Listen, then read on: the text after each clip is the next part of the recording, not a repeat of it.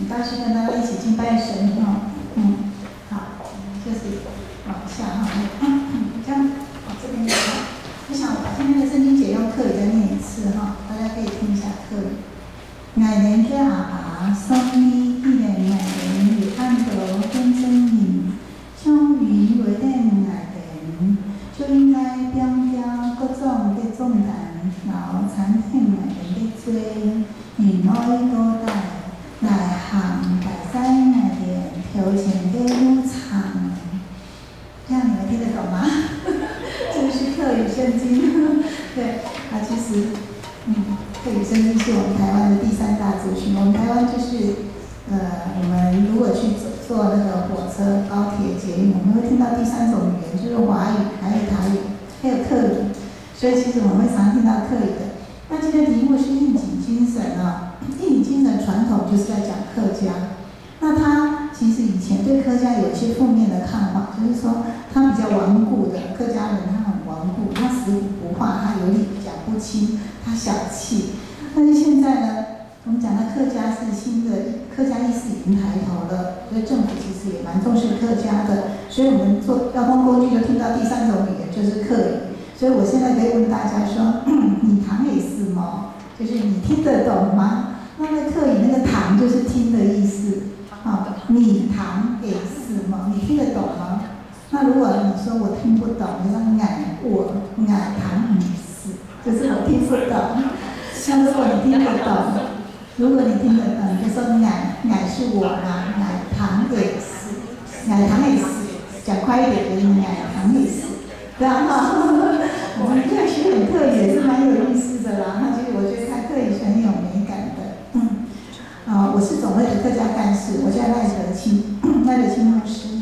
他其实很好记的，因为赖清德赖清德很有名嘛，他很有名。我叫赖德清他是男生，我是女生嘛，就倒过来就可以了。对，所以其实很好记的。我想今天很高兴跟大家一起来敬拜神，我们今天可以听一下故事。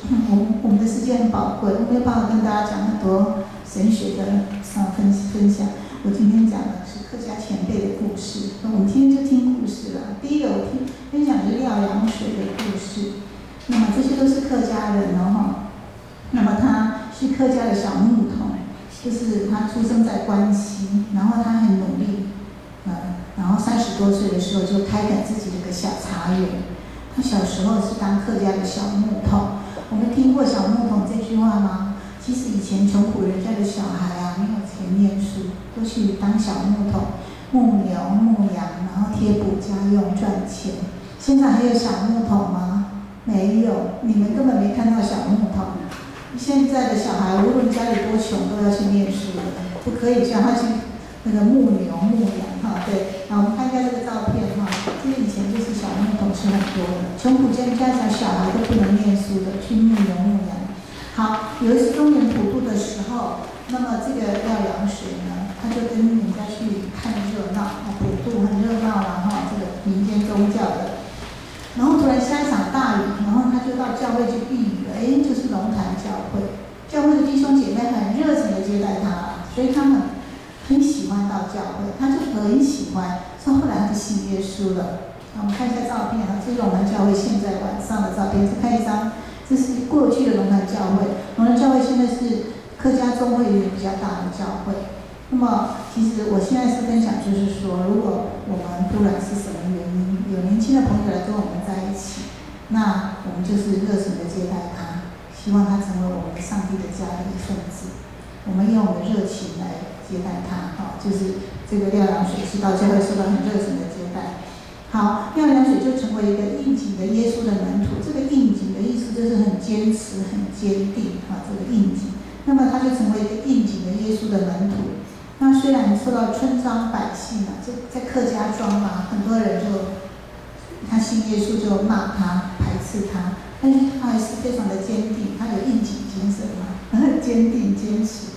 而且传福音给做灵佑社，出车前带他们来做礼拜。出车前，我为了传福音这么努力的愿意付上代价的。我们传福音是要付上代价，你要关心你的好朋友、你的亲人，你带他来教会，有时候你要去接他，有时候你去载他，你关心他，这就是为了传福音付上代价的。如果一个没有爱心的人，很难去把人家带到神的面前来。所以我愿意为神摆上你的心意、你的爱心、你的耐心。那我要跟大家讲，为什么客庄我们听到一句话说，客庄是传福音的硬土，硬土就是土很硬，不容易。为什么？你们去客家庄的地方，会看到很多宗祠，像庙一样的地方，但是它不是拜神明，它是拜祖先的。那它上面写陈赖刘，那这个是姓陈的人把大家的祖先都放在一起，然后我们大家一起来拜。那像一个宗祠，也就像一个庙一样，但是它是拜我们的祖先。那如果香火的钱，这些费用就大家一起来分摊。那如果有人去信耶稣了，那你怎样？你是退出了吗？你不要付钱了吗？那很不高兴的。我们这样钱不是要多付了吗？所以我就很不高兴，会排斥。那么我们和乐闽就是我们闽南人也是会拜祖先，有那样的传统。所以你们到很多家里面会看到有一个神明桌，那个神明桌是拜祖先的，很多祖先的牌位。那如果你去信耶稣了，我把神明桌就收起来了，我们把它交给神了，神来照顾他们了，不用我来拜给他吃东西了，不用拜香火。那么左邻右舍会觉得那是你家的事情，他不会来骂你，来排斥你，因为那是你家的事情，因为神明桌是在自己的家里面，那客庄是大家把它集合在一起变成一个庙。所以有人退出会不高兴，大家这样听得懂吗？是这样的意思哈。所以客庄信耶稣特别不容易，但是呢，客庄的前辈，我们的客家的前辈，一旦信耶稣以后，他有一个应景精神，他也不会轻言改变的，他有那个坚定的、坚持的精神，他会继续的努力，他不会轻言改变的。好，这个廖良水，他这样子把自己的好朋友来讲邱阿婷的故事。邱阿婷就是刚刚这个廖良水的好朋友他就把他带来信耶稣了。各位弟兄姐妹，把你的好朋友带来信耶稣吧。他就是把他带来信耶稣。这个邱阿婷他也是一个地主，地主就是说他种茶的，他是种茶的。那他请很多人来摘茶，我们知道茶要摘茶，采茶姑娘嘛，唱山歌啦，就是这样的意思。但是他为了要传福音，他就告诉他们说，我们礼拜天都不要工作，我们都一起去做礼拜。那工钱照付啦，工钱照付。这个老板好慷慨，他不是慷慨，他是为了传福音，愿意付上代价，他愿意这样子努力，愿意这样付出，所以他就是这样子在传福音的。但是邱阿田呢，他自己信耶稣呢，连他家里的人都不愿意跟他一起来信耶稣因为我们知道在客庄信耶稣是很大的排挤跟压力的，所以那小孩也不愿意跟他去。但是虽然这样子，他还是很坚持，因为他有应景精神嘛。我们客家人脖子很硬很坚持，每天早晚有很长的时间的灵修祷告。好，是邱阿婷的儿子的故事他有一天他的儿子突然就长了毒疮，这个毒疮很痛了。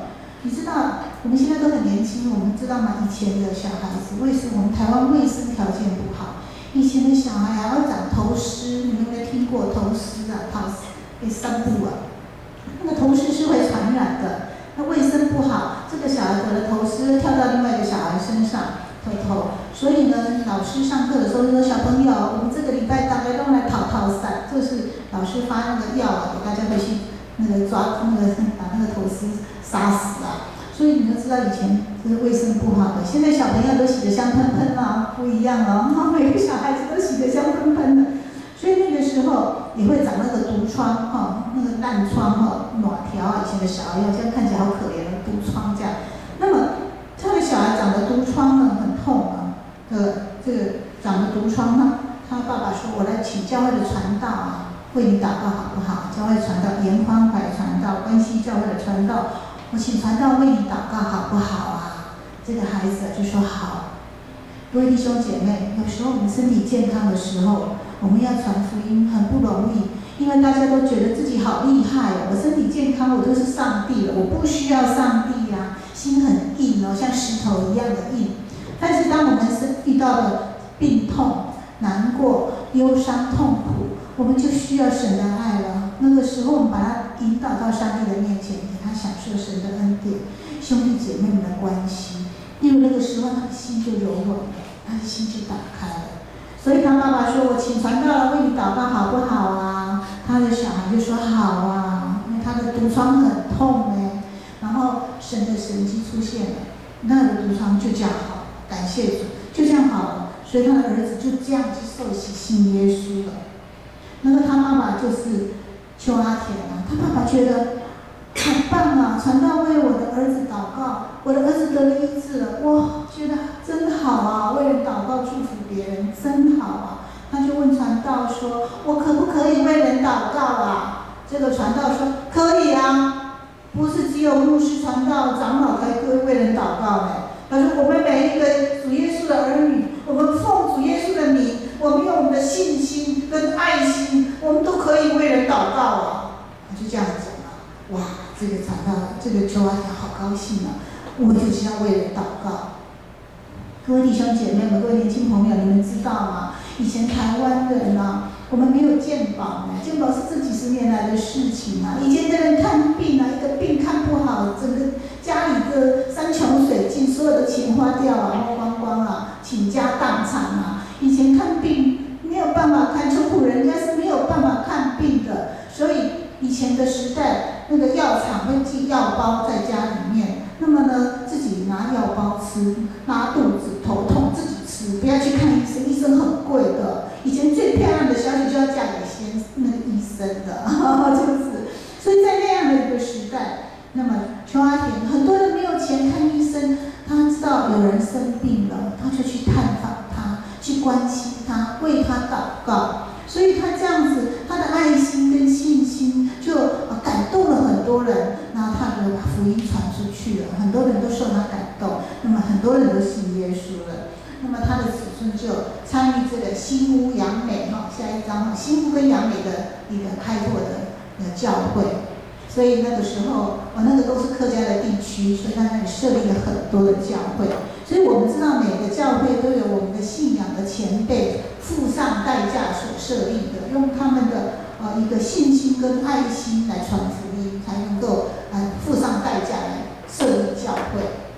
我相信我们的教会也是一样的，我们建成教会也是，我们在这里设立，我看到我们教会真的很漂亮，我好喜欢我们教会。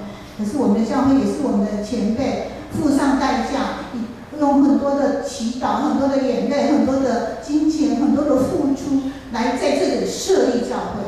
所以我们也是要感念他们的为传福音付上的代价，摆上，我们要追随这样的精神，然后继续把我们的信仰的产业继续来发扬光大。对，所以呢，这个邱阿田就参与这个新屋杨美他的子孙这个客家的教会的开设新屋杨美那边都是客家的地区。那么他的女儿叫邱凤英，她是关西教会的长老。那邱凤英呢，这个邱凤英啊，她为了传福音，他们家很有钱，有轿车。各位弟兄姐妹们，轿车现在很多，现在都是汽车，所以都会塞车。可是以前有轿车不得了，是有钱人呢。他为了传福音，他就不要坐轿车，他宁可去坐公车、坐公车，坐公车就是坐公车，那么传福音、发传单，然后跟人接触，然后为了传福音。各位弟兄姐妹们，有时候我们认识的人，我们基督徒都认识基督徒，然后我们就很少跟外面的人接触，那你就没有机会传福音了。他为了要传福音，就是去发传单，然后接触人，然后把福音传给他。这也是我们可以学习的精神。好，我再来分享陈南奇牧师的武士精神。陈南奇牧师他这个年轻人呢，他是客家的年轻人，他读我们的淡江高中，你们听过这个学校吗？淡江高中，那我们台北市的。那么他读高中的时候，他就听到福音，他就决志信耶稣了。那么那时候是日本牧师的统治时代，所以是日本牧师来问道理。我们信耶稣要问道理嘛，蒙得利嘛，那就日本牧师问他的。他说，日本武士如果信耶稣，日本武士基本武士如果信耶稣的时候，长官如果反对基督教，因为兵器难换对比都高，就给他一把剑，说你要信耶稣，你要切腹自杀；你要信耶稣，你要切腹自杀，这样子。所以这个日本武士如果他要信耶稣，因为他要服从长官啊，所以长官如果反对，他就可以将他切腹自杀。那么这个日本牧师就问陈南岐这个年轻人，他说：“你有没有这种为主牺牲的精神啊？”陈南岐说：“我愿意。”各位弟兄姐妹们，我们现在在台湾啊，要为主牺牲生命，其实是很少有机会的，因为台湾现在是信仰自由啊。但是呢，我们不要忘记，我们为主，我们信耶稣的时候，我们告诉主耶稣说：“我也愿意为福音来付出，我也愿意为将自己的恩赐给神来使用，我也愿意将我的时间来摆上，我愿意为主来尽我的本分来服侍你，来传福音。”我们不要忘记我们这样的一个决志，我们对神所说的，我们所许的愿，我们跟神回应神的爱，我们所做的，我们所说的，我们所想的，不要忘记。我们的孩子的女士图哈，他们腰插一把剑哦，对，那这不是只有跟敌人打仗，是为了他的清白，为了他的理念，为了他的信念，他也是可以切腹自杀了。哦，这个是日本武士的精神啊。好，那我来说陈南岐赤脚打做神学生的故事。那么他不只是成为一个基督徒，而且他还想去念神学院做神的仆人啊。那么他的父母就非常的生气，你知道我们客家人很重男轻女的，我们和乐闽重男轻女，客家人更加的重男轻女，所以呢，这个男孩子是很宝贵的，怎么可以去念神学院呢？所以他妈妈就是在神学院开学的时候，就把他的鞋子把他藏起来了，而且叫他妹妹把他顾好，不要让他偷跑出去。各位弟兄姐妹们，我知道现在大家鞋子很多，你的鞋柜都摆不下，可是以前的小孩只有一双鞋子哎。都赤脚跑来跑去，打赤脚跑来跑去的，所以呢情况是不同啊。那么，可是这个陈南岐很想去念神学院，他就很迫切的祷告，求主为他开路。他妹妹看了就很感动，就想我要把哥哥偷偷的放出去啊。他就从后门把他偷偷的放出去，让他去神学院念书。可是妈妈把鞋子藏起来都找不到。所以最后他是打赤脚去当神学生的，这个就是陈南岐的故事。那么陈南岐后来毕业以后，在在平地教会，在客家的地方，在原住民的地方都传福音的神跟他同在，做很好的工。我们看那照片，陈南岐跟竹南教会的青年，竹南那个地方都是客家的，竹南牧师，陈南岐牧师跟他的小孩，他的女儿嫁给那个。之前头城教会的陈永光牧师，那陈永光牧师去年才退休，那么陈南岐牧师他4、5年前才过世，所以我都是讲近代的人的故事，不是讲很久很久的，没有，不是，都是近代的。好，再来我来讲我们家的故事，我们家的故事我可以讲最详细哈。对，我的祖父，我的曾祖父叫做赖相哈，赖港是赖港哈，香港的港，赖港曾祖父。那么他是住在嘉义溪口的客家人啊，以前嘉义溪口都是客家人啊，结果现在都被河乐化了，被同化了，所以客家人都讲河乐话，这个是很危机哈。对，那么曾祖父是赖港，那他生了一个儿子，他把取名叫赖相，这样你们听得懂吗？香港的港，然后取名那个儿子都把3点水去掉了，就变成巷子的巷，这样你们听得懂吗？这个儿子赖港生了一个儿子，取名叫赖相，所以这个笔画变少了，感谢主。那么赖相就是我的祖父啊，赖相他是民间宗教的虔诚的信仰者，那么他是医生，医术很高明，在地方上有钱有势。那么那个庙如果有事情庙他就去帮忙扛轿那个神教要出巡，他去帮忙扛神教，所以他的信仰那个民间宗教很虔诚。那么那时候马介博士已经到台湾传福音了，他都没有，他就不喜欢基督教，他说基督教没有拜祖先，他不喜欢这样子。那么所以我们家跟基督徒是没有关系，跟主耶稣也没有关系的。但是没有想到我的祖母却生病了，然后他生了一个很重的病嘴巴都烂掉了，然后吃东西水会从嘴巴这样流出来所以都不能好好吃东西。那么他自己是医生我的祖父没有办法，然后又找很多医生也没有办法，所以他就很愁苦，坐在那个客厅那边，在那边很愁苦。那个时候就有人来告诉他说：“赖先生，你要带你的太太去那个台南看那个鼻子尖尖的外国医生很厉害，到平安就是外国鼻子尖尖的那个医生很厉害，所以我的祖父就带我的祖母坐那个普通车，以前没有自强号坐普通车从嘉义坐到台南去看医生。那原来那个鼻子尖尖的外国医生就是宣教师，那么他们从很远的地方牺牲他们很好的生活，来到台湾传福音。那他们就是做医疗的宣教。各位弟兄姐妹们，我们台湾基督长老教会对台湾是非常的有贡献的。我们这些西方的医院还有西方的学校都是从台湾基督长老教会借着这些宣教师到台湾来设立的、传过来的。所以西方的这种学校，像长荣理中、长中学，这些最早期学都是台湾基督长老教会设立的。新楼医院、马街医院，这个都是台湾基督长老教会设立的，所以我们对台湾是非常有贡献的。好，那么这个医生帮他看病就是一个外国的医生帮他看，叫周慧玲周慧玲她是医生也是牧师，帮他看病，然后他说你这个病是一种嘴巴的癌症，脆折的，这种嘴巴的癌症，它是绝症，没有办法治哦。但是呢，我会尽力的帮助你。然后他把福音传给我的祖父，说我们的身体会衰败，我们的人生是短暂的，肉体一定会衰败的。但是我们要认识那个创造宇宙万物的神，就是上帝。我们要信靠他，我们会有永生的盼望。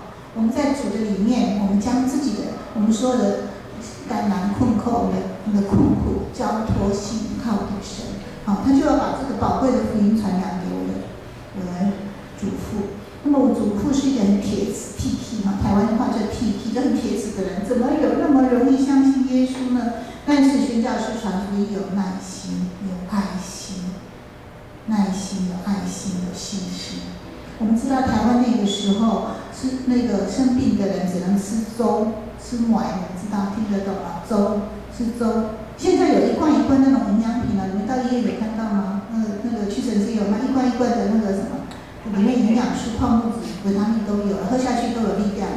以前没有这种东西，以前生病的人只能吃粥，粥有营养吗？没有，不能吃好好吃东西的人只能吃粥。那么那时候宣教师就从国外进口这样的营养品来给我的祖母吃，非常有爱心，每天来盼望他，为他祷告。所以我们传福音也是需要有这样的一个信心、耐心、爱心来表现。所以我的祖父就非常感动。他说：“基督徒是很有爱心的，不是想的是不孝不义的这样的人虽然没有拜祖先，但是很有爱心的，所以他心里很感动，他的心就慢慢打开了，他的心就慢慢柔软了。”好，我们来看一下这个周慧玲这个宣教师，他是台湾肺结核医治的先驱，英国的宣教师。这些宣教师他们牺牲他们很好的文明的生活，因为那时候台湾很落后牺牲他们的文明的生活来到台湾，然后做医疗的传道，帮人看病，把福音传给他们。我们真的要再一次的追随这样的精神，纪念这样的宣教师这种精神，传福音的精神，美好的脚踪，真是让我们能够效法。好，宣教师就鼓励我的祖父他说：“我为你祷告，你愿意说阿们？阿们是什么意思就是诚心所愿。”他说：“你心里要相信耶稣，然后你要回应神，那这样的祷告才能够神才会听你的祷告。你要从心里面来回应神。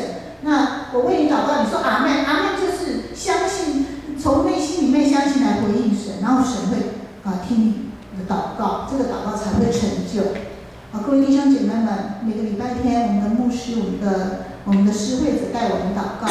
其实，在我们祷告的时候，我们是要很专心的听，然后从内心里面来回应神，说阿们。这个阿们的意思就是诚心所愿，这样的祷告就是我心里所愿意的。当我们这样回应神的时候，这个祷告就会成就在你的身上，这个祷告就跟你有份了，它就跟你有关系了，跟你连结了。如果有人带我们祷告，然后我们在想东想西，想我今天晚上要吃鸡腿饭，明天要去哪里玩，那么这个祷告就跟你没有关系了。所以这宣教师说，你要用你的信心来回应神这个祷告才跟你有关系，才会成就在你的身上。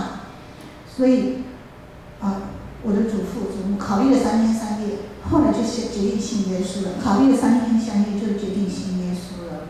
这个宣教师为他们施洗，为他们洗礼，然后带领他们在那个新楼医院的地板流眼泪悔改认罪信耶稣，带领他们跪在那个地板流眼泪悔改认罪信耶稣。一直到现在，我心里在想到这一幕，都觉得非常感动。感谢主，借着宣教师他们传福音，拯救了我们整个家族，不只是我的祖父祖母，让我的爸爸妈妈还有我们整个家族还有我的小孩都能够成为神的儿女，是多么有福气啊！所以，我们传福音的人的脚中是何等的佳美啊！他不只是拯救一个人，而且要拯救他的全家，而且要拯救他整个家族。所以，传福音的脚中是何等的美啊！我们要学习这样的美好的一个脚中。对，好，我的祖父祖母受洗的那个晚上他做了一个很神奇的梦。我今天跟大家分享这个神奇的梦。他受洗的那个晚上，他做了一个梦，他梦见主耶稣来到他的床前，他手上拿了一支很粗的针，很粗的线。主耶稣把那条很粗的线穿到那个很粗的针里面，然后拿着这一支很粗的针缝我的祖母的那个烂掉的嘴巴，他的嘴巴都烂掉了，一针一针的给他缝，一针一针的给他缝，缝完以后就摸他的脸，然后把他的手牵着说：“你的病已经好了。”我再讲一次，我的祖母受洗那个晚上，她做了一个神奇的梦。梦见主耶稣来到他的床前，拿一支很粗的针，很粗的线。主耶稣将那个线穿到针里面，然后手拿着那一支很粗的针缝我的阿嬷那个烂掉的嘴巴，然后一针一针的缝，一针一针的缝。缝完以后摸他的脸，牵他的手说：“你的病已经好了。”各位弟兄姐妹们，这是一个真实的梦。隔天呢，我的祖母说她做了一个真实的这样的一个梦。家里的人都说好神奇，但是呢，你的嘴巴还是烂烂的啊，这只是一个梦吧。但是从那一天开始，我的祖母干掉那个烂掉的嘴巴，就一天一天的干了。她本来都湿湿的、烂烂的、湿湿烂烂的那个嘴巴，就一天一天的干枯了。2个月以后，她的病就完全的好了。这是一个真实的梦，非常真实的事情，非常千真万确的事情。我的爸爸常常告诉我说，主耶稣在我们家所做的事情，你一定要做见证，一定要分享，一定要继续的讲述。好，阿嬷得到医治的时候已经39岁，我祖母得到医治的时候已经39岁了。那么她病好了以后，她又怀孕了，她又怀孕了，生一个最小的儿子。她40岁又生了一个小儿子。各位弟兄姐妹，40岁再生儿子，就算是现在也是不容易啊！感谢主啊，生的那个儿子就是我的爸爸，生个小儿子就是我的爸爸。我爸爸后来又生我嘛，后来我又生2个女儿。那我们都说，如果祖母没有受到医治，就没有我们。所以我们是恩典的礼物，我们是上帝恩典的礼物。爸爸从小参加主日学，后来他搬到高雄，他成为上林教会的长老，后来又搬到凤山，成为凤山教会的长老。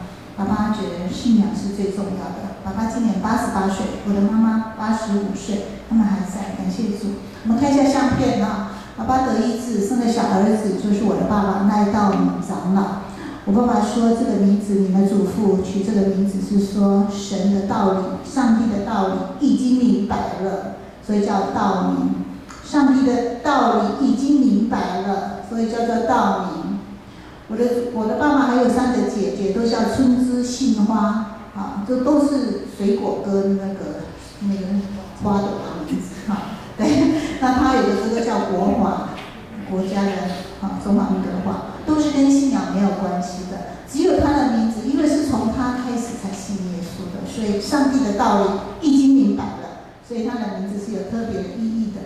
好，我再分享这个下面这个这2张照片，为什么分享？这是爸爸妈妈年轻的时候的相片，但是妈妈说那个时候流行樱桃小嘴，所以那个时候口红擦中间一点点。我觉得这张照片很有时代的意义。我们现在的口红都擦很饱和，所以我特别给大家看一下这个照片这是在相馆照的，相馆把它画成这样，就是现在流行樱桃小嘴，对，好啊，我来看我们家的全家福，这是我的2个女儿哈，就是我有生2个女儿，这是我的爸爸跟妈妈，对，感谢主，这是我们全家。那我先生在9年前的国道3号的高速公路的走山事件来过世了，所以这相片里面没有他哈。我们看下一张照片，这个是9年前的高速公路的走山事件，在七堵四段的走山事件，我先生在那个事件中过世了，所以我们的全家福就没有他了。对，我们来看下一张哈，这是在过世前的一个月过年的时候的我们的全家福。对，但是主耶稣仍然保守我们能够继续的服侍他。我的女儿嫁给那个牧师，她现在成为牧师娘，感谢主，我们可以继续的服侍神，因为神带领我们，给我们力量。好，我们看一下下面的这就是我2个女儿哈，所以我都说我有2朵花这样子。好，我再讲一下哈，我们时间很宝贵。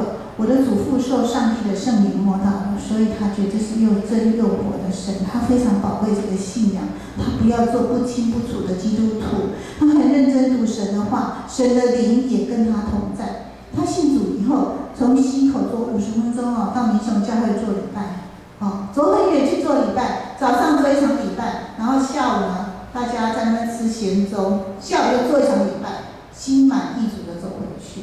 他把走灵6车都带过去了，带了20个人，说他是溪口部队，所以这么认真的传福音，这么认真的享受了这个敬拜，所以我们要学习这种精神，享受敬拜。早上敬拜一场，下午又敬拜一场，心满意足的走回来。以前的人交通工具不好啊，没有交通工具都走了，我们现在交通工具很方便，但是我们的信仰前辈是这么珍惜这样敬拜神的机会。我来讲一下我祖父的故事哈，他有一次又回到那个以前那个庙的地方，在马路边做法事，他走过去，他看到他们在做法事，他站在那边看，然后神的灵跟他同在。我们知道那个乩童会请那个神明来附身哈，乩童会请神明，然后就一直发手将请神明附身，但是因为阿公站在那里，那个神明都不敢下来，一直请都没有下来。后来那个神明跟乩童说：“那个赖先生站在那里，我不敢下去啦，拜托一下，请他离开啊，这样子。”所以呢，那个乩童就请人来请阿公离开，这个法事才能进行，那个神明才会附身。这是千真万确的事情，这件事是千真万确的事情，它不是，它是真实的。那么，各位弟兄姐妹们。我们受洗的时候，我们的圣灵已经在我们额头有印记了。圣灵在我们额头有印记，所以在主耶稣他保守我们，在主耶稣的时代也有疫病赶鬼，也有邪灵，在这个时代也有不好的灵。但是我们是主的儿女，神保守我们，圣灵已经在我们的额头，在受洗的时候已经圣灵的印记了，所以我们要紧紧的跟随主。所以今天在台湾的社会也是有很多不好的灵啊，我们听到很多神奇鬼怪的事情，但是主的灵会保守我们。好，所以我们要紧紧抓住神的灵，他必跟我们同在。好，我们看一下，再看一下照片，我们时间很宝贵。这个是阿公的年轻的时候的穿衣，这以前的人穿这种衣服了哈。你看，再看下一张，但是现在老人说穿的衣服都很像，其实都很老，对不对？我每次都这样跟人家说，你看对照一下以前的人，年轻也看起来很老，老的说这本来就老。那现在的人呢，年轻跟老都穿很年轻，你都看不出来，他都是很年轻的，这是不一样哈。现在人都很老，对。好，看下一张照片，阿公他投入宣教的工作，以前教会不像现在这么多，他把他的钱都投入在这个开拓新的教会。高雄市最早是盐城教会，盐城区最热闹，杨窟最热闹。后来呢，在三民区设立主日学教室，后来就设立三民教会。阿公就是三民教会的开拓的长老，他把他的钱都投入这个开拓教会。他要过世的时候，他说：“我没有什么钱留给你们了，我只有把这个宝贵的信仰的财产留给你们了，一定要代代相传啊！”各位弟兄姐妹们，我知道大家，我们是年轻的朋友，我们也很节俭，我们也希望多存一点钱。我们以后也会生小孩、结婚，我们也希望把这个宝贵的财产留给他。我们也想买房子，也想留下一些很美好的东东西来给我们子孙。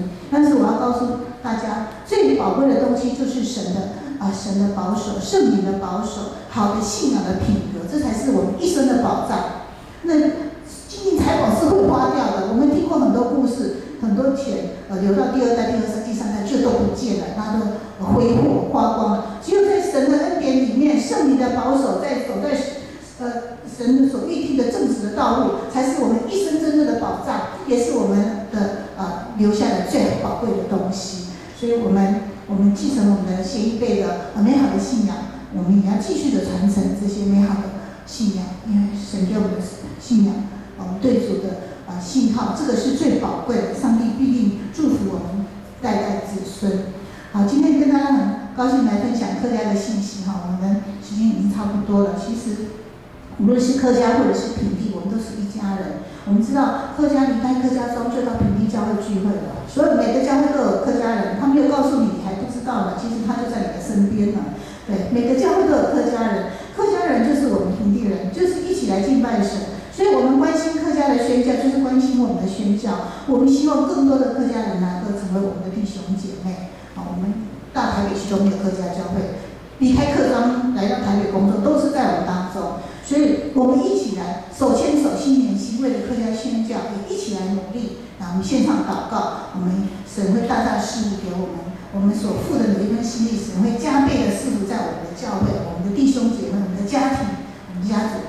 我相信我们在宣教事工所做的每一分，我们每一份祷告、每一份奉献，神都会大大的赐福在我们身上，赐福在我们的教会跟我们每位身上。感谢主，我来分享一下大家的诗歌哈，时间很宝贵呢，我们来唱《祝雅书》这首歌哈，是我们的诗歌队指挥新慧姐的爸爸他教我的。我当他总会的时候，他教我，所以我这首歌很有感情，我来唱给大家听。祝雅书。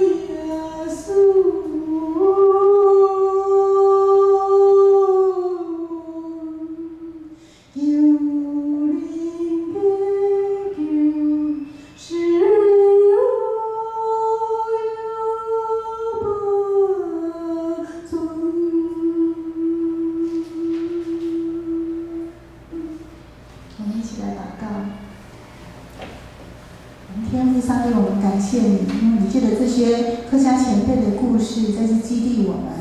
为了主的福音，我们愿意付上代价，我们也愿意手牵手、心连心，为了客家宣教一起来努力。主，因为大大的赐福我们每一位，在我们的教会、我们的家庭、我们每一位弟兄姐妹、我们自己的身上，主，因为大大的赐福我们。